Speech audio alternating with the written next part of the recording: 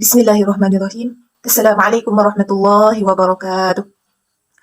Alhamdulillahirabbil alamin. Alhamdulillahilladzi anzala sakinata fi qulubil mu'minin liyazdadu imanan ma'a imanihim.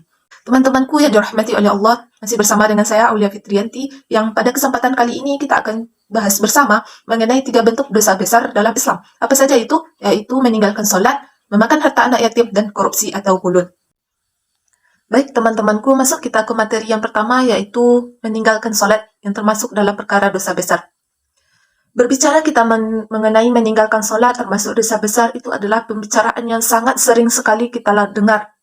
Bahkan teman-teman, ketika kita flashback kembali semenjak kita dari tingkat RA, MI, MTS, MA, sampai kita di sekarang ini, sudah berapa kalikah orang-orang mengingatkan kita untuk melaksanakan sholat? Sudah berapa kali guru-guru agama, bahkan bukan hanya guru agama, guru umum pun juga lebih sering mengingatkan kita untuk senantiasa mengerjakan sholat tepat pada waktunya. Begitu juga dengan orang tua kita di rumah yang senantiasa mengingatkan sholatlah. Dan kemudian ketika kita menghadiri majelis-majelis ilmu pun, kadang materinya juga termasuk dalam meninggalkan sholat, termasuk dosa besar ini. Ini menunjukkan bahwa kedudukan sholat itu sangat penting dalam Islam. Ketika kita berlandaskan pada Al-Quran, surah Al-Ankabut ayat 45. A'udzu billahi minasyaitonir rajim. Uslu ma uhiya ilaika minal kitabi wa aqimis shalah.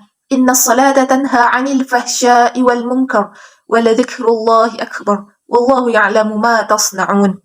Di situ Allah memerintahkan wa aqimis shalah, dirikan salat. Sesungguhnya salat, inna salata tanha 'anil fahsya'i wal munkar. Sesungguhnya salat itulah yang akan mencegah kita dari perbuatan keji dan munkar. Ini dalil yang pertama. Dalil yang kedua adalah Quran surah Al-Isra ayat 78.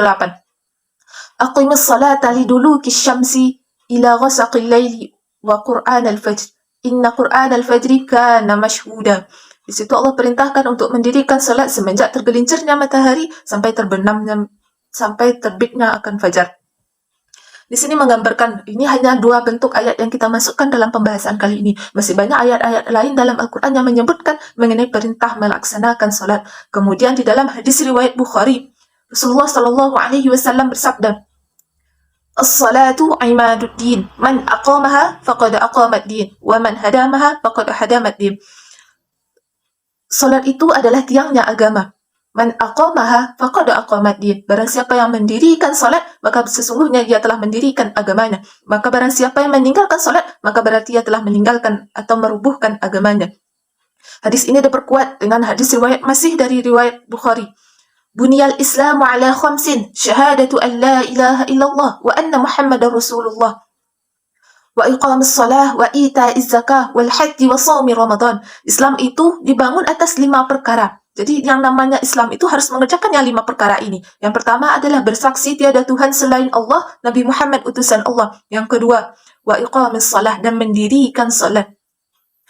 Menunaikan zakat, berhaji dan berpuasa di bulan Ramadan. 4 dalil di atas setidaknya sudah menunjukkan kepada kita betapa kedudukan salat itu sangat penting. Bukan hanya di dalam Al-Quran yang dijelaskan mengenai perintah salat, namun juga ditambahkan, diperkuat dalam hadis Rasulullah. Temanku yang dirahmati oleh Allah. Salat adalah tiangnya agama. Lalu kenapa disebutkan dengan tiangnya agama? Yang pertama, salat itu dibangun oleh rukun Islam. Dan rukun Islam akan berdiri tegak ditopang oleh 5 pilar, 5 tiang. Diibaratkan dengan sebuah bangunan teman-teman, maka bangunan tersebut akan menjadi kokoh ketika fondasi dan tiangnya itu adalah tiangnya yang kuat. Begitu juga dengan Islam. Islam akan bisa kuat dalam hati kita ketika kita bisa menegakkan fondasi dan tiangnya yang sangat kuat pula. Maka apa sih tiangnya itu? Yaitu yang 5 dari rukun Islam tadi, dan salah satunya adalah mengenai perintahnya salat. Yang kedua, salat itu adalah ibadah yang pertama dan utama yang akan ditanyai, diperiksa di alam kubur, serta penentu nasib hamba ke depannya. Yang ketiga, salat itu adalah pembeda antara Muslim dan kafir. Jelas, yang hanya mengerjakan salat adalah hanya orang-orang Islam, tentunya juga orang-orang mukmin.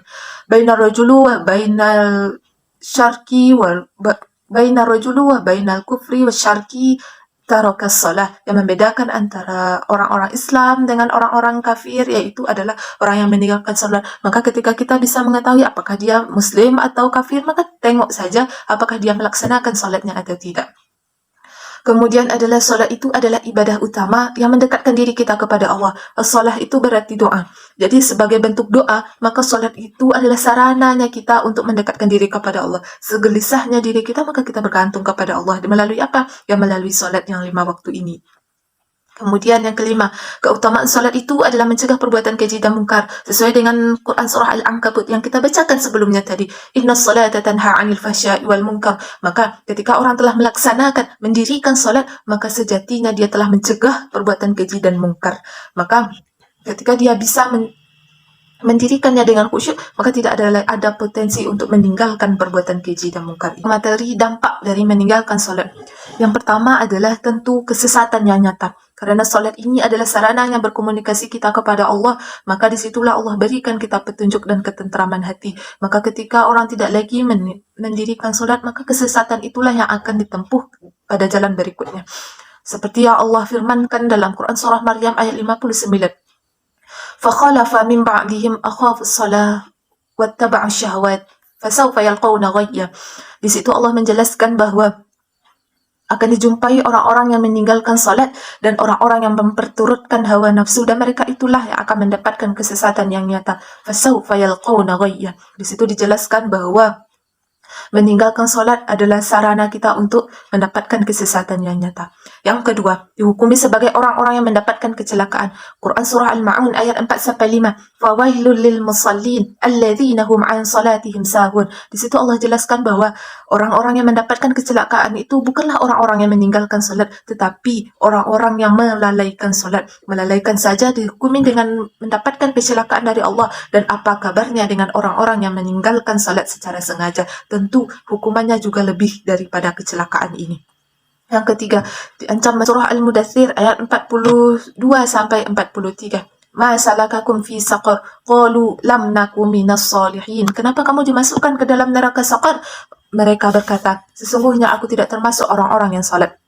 Dan dari segi ketidakberkahan hidup, ketidaktenangan hidup, kegalauan yang senantiasa menghantui kita, itu adalah dampak yang sudah pasti, yang sudah masuk kita ke poin yang kedua, yaitu memakan harta anak yatim. Didasari pada Quran surah Al-Isra ayat 34. A'udzu billahi minasyaitonir rajim. ولا تقربوا مال اليتيم إلا بالتي هي أحسن حتى يبلغ أشده وأوفوا بالعهد إن العهد كان مسؤولا. Di situ Allah berfirman, ولا تقربوا, dan janganlah kamu mendekati harta anak yatim kecuali dengan cara yang baik atau bermanfaat sampai dia dewasa, dan penuhilah akanmu oleh janji, karena janji itu pasti dimintai pertanggungjawabannya. Maka konsep yang pertama yang harus kita pahami dengan memakan harta anak yatim ini, yang pertama adalah anak yatim itu adalah mereka yang ditinggal mati oleh ayahnya dalam keadaan yang masih belum balik. Maka kenapa yang disorot di sini adalah anak yatim? Karena yang mencari nafkah yang bertugas mencari nafkah itu pada intinya adalah ayah. Maka ketika ayahnya sudah wafat, maka yang menjadi tanggungannya adalah walinya. Yang kedua, kewajiban walinya itu apa? Adalah menjaga anak tersebut beserta dengan harta sebaik-baiknya. Dalam ayat yang kita sebutkan sebelumnya bahwa wala taqrabu, jangan kamu dekati apabila kamu tidak sanggup untuk berbuat baik kepada harta tersebut. Mendekati saja tidak bisa, apalagi memakan harta anak yatim ini. Lalu bagaimana kita bentuk menjaganya? Mengurusi dirinya, mengurusi harta tersebut sesuai dengan keperluan dan kebutuhan dari anak tersebut. Yang ketiga, apabila mereka telah dewasa dan anak itu sudah mampu mengurus hartanya sendiri, maka serahkan harta itu kepada anaknya. Maka tugas dari wali ini hanya berlaku sampai anak tersebut sudah balik, sudah mampu mengurusi hartanya. Ketika nanti dia sudah besar, sudah mampu mengurus sendiri, maka kembalikan harta itu sesuai dengan apa yang ditinggalkan, dengan apa sisanya. Dampak dari ketika kita memakan harta anak yatim sehingga tergolongkan ke dalam dosa besar itu, yang pertama adalah diancam masuk neraka. Quran surah An-Nisa ayat 10 menjadi landasannya. Innal ladzina ya'kuluna amwalal yatama zulman innama ya'kuluna fi butunihim nara wa sayaslawna sa'ira. Sesungguhnya orang-orang yang memakan harta anak yatim secara zalim, maka dia telah memenuhi perutnya dengan api yang menyala-nyala. Di situ secara tegas Allah jelaskan bagaimana dampaknya, akan dimasukkan dia ke dalam api neraka yang menyala-nyala. Yang kedua, termasuk dosa besar. Hadis ini disandarkan kepada hadis riwayat Bukhari, termasuk dosa besar yang disamakan dengan syirik, zihar, membunuh, memakan riba, berpaling dari berperang, dan menuduh berzina. Karena termasuk dosa yang membinasakan. Kenapa disebutkan dengan dosa yang membinasakan? Karena dengan kita zalim kepada harta anak yatim yang sesungguhnya itu adalah haknya mereka, maka ketika kita makan harta mereka, kita sudah menganiaya mereka secara tidak langsung. Sudahlah mereka tidak mempunyai ayah lagi, dan kita pun juga ikut menganiayanya dengan memakan harta anak tersebut. Yang ketiga, tidak adanya keberkahan hidup karena memakan harta orang secara zalim. Lalu bagaimana upaya kita untuk agar tidak terjerumus dalam memakan harta anak yatim? Yaitu dengan mencari harta yang halal, sehingga kita tidak lagi mengganggu harta anak yatim. Karena mereka sejatinya adalah orang yang harus disayangi dan dicintai, bukan dizalimi. Adalah korupsi atau gulul. Secara definisi, kata korupsi berasal dari bahasa Latin corruption, dari kata kerja corrompere, yang bermakna busuk, rusak, menggoyahkan, memutar balik, dan menyogok. Secara harfiah, korupsi berarti busuk, rusak, suka memakai barang atau uang yang dipercayakan kepadanya. Secara istilahnya, korupsi adalah perilaku pejabat serta pihak lain yang terlibat dalam tindakan yang secara tidak wajar dan tidak legal, menyalahgunakan kepercayaan publik yang dikuasakan kepada mereka untuk memperkaya diri mereka ataupun orang lain. Quran Surah Al-Baqarah ayat 188 Allah berfirman, A'udzu billahi minasyaitonir rajim. ولا تأكلوا أموالكم بينكم بالباطل وتدلوا بها إلى الحكام لتأكلوا فريقا من أموال الناس بالإثم وأنتم تعلمون. Dan janganlah kamu memakan harta di antara kamu dengan jalan yang batil. Di situ Allah menjelaskan bahwa memakan harta itu ya dengan cara yang halal, jangan sampai dengan cara mengambil harta yang bukan hak kita dengan cara yang batil. Dan salah satunya adalah korupsi. Karena sejatinya korupsi ini kan memakan harta yang sudah diamanahkan oleh rakyat untuk dipimpin dan disejahterakan rakyat tersebut kepada pemimpin. Lalu, apa sih dampak dari korupsi ini? Yang pertama tentunya adalah kehinaan dan siksaan api neraka karena mengambil harta secara batil, secara tidak halal, dan bisa dikategorikan dengan menzalimi haknya orang lain.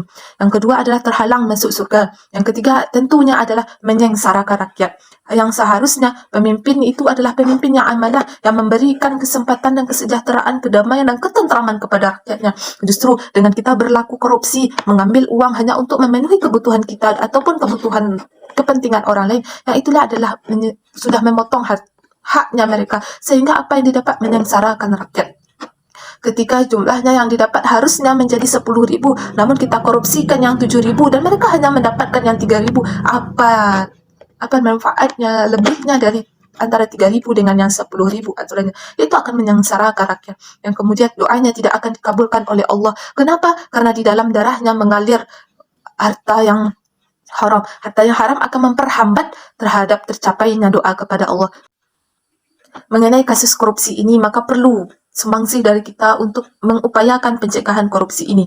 Yang pertama adalah preventif, yaitu kesadaran dini. Di sekolah, bukan hanya di sekolah, juga termasuk di lingkungan keluarga yang utama, kita harus menanamkan kepada diri anak kita bahwa dampak dari korupsi ini sangat besar. Maka diajarkan kepada anak bagaimana untuk bersikap layaknya orang-orang yang memakan harta dengan cara yang halal, tidak dengan cara yang batil. Kita tanamkan kepada diri anak kita bahwa ketika kita menginginkan sebuah harta, maka carilah dengan tangan kita, bukan dengan cara mengambil haknya orang lain. Kemudian deduktif, yaitu melalui proses pembelajaran. Pembelajaran baik itu di dalam kelas, di luar kelas, guru menyampaikan bahwa dampak dari korupsi ini yang sangat berbahaya, yang bisa menimbulkan kesengsaraan rakyat. Bukan hanya itu, kita juga akan dimasukkan ke dalam api neraka. Dan juga kita minta bantuan kepada aparat-aparat yang berwenang untuk memberikan pembelajaran edukatif mengenai dampak dari korupsi ini, sehingga mereka semakin termantapkan fondasi mereka bahwa kita tidak boleh mengambil harta secara yang batil. Kemudian ada menggunakan represif, yaitu sanksi hukum, yaitu ketika seseorang telah melaksanakan korupsi, maka seharusnya diberikan sanksi hukum yang seadil-adilnya sebagai bentuk efek jera agar tidak terjadi lagi kasus yang sama di kemudian. Sebagai penutup dari saya Aulia, teman-temanku, ada sebuah quotes, tetaplah berbuat baik, sahabatku, karena amal kita nggak seberapa, sementara dosa kita sudah pasti terdata.